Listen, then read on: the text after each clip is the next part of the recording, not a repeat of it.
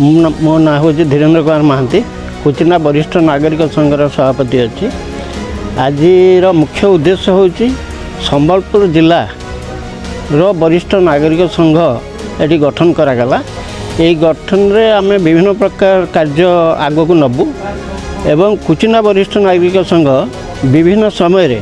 विभिन्न प्रकार कार्यक्रम हाथ को नहीं आप हेल्थ कैंप कहतु कमल बांटा कहतु आउ गरीब मान को साहाय्य करने कहतु यही प्रकार विभिन्न प्रकार साहाय्य नहीं एवं प्रशासन सहित जड़ित रही प्रशासन सहयोग रे विभिन्न कार्यक्रम आगक नब। वरिष्ठ नागरिक मानक कौन वार्ता देवे? मु वरिष्ठ नागरिक को वार्ता देवी से वरिष्ठ जो भावुंट से नभाविकी आमे विभिन्न प्रकार समस्या जो मेंटाली टर्चर होती ये होती से कहि आम सहित सामिल हूँ एवं विभिन्न माने कार्यक्रम रे सामिल हूँ।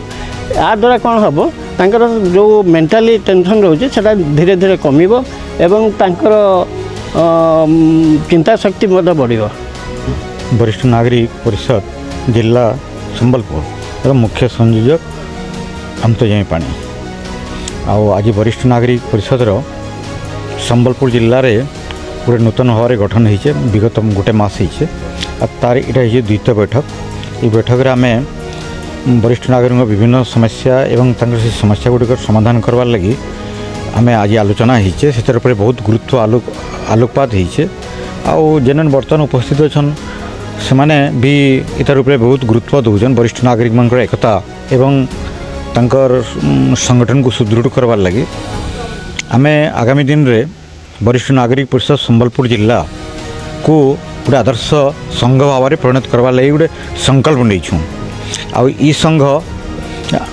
पूरा गाँ गली रे भी जिते वरिष्ठ नागरिक जन उपेक्षित अवस्था अच्छा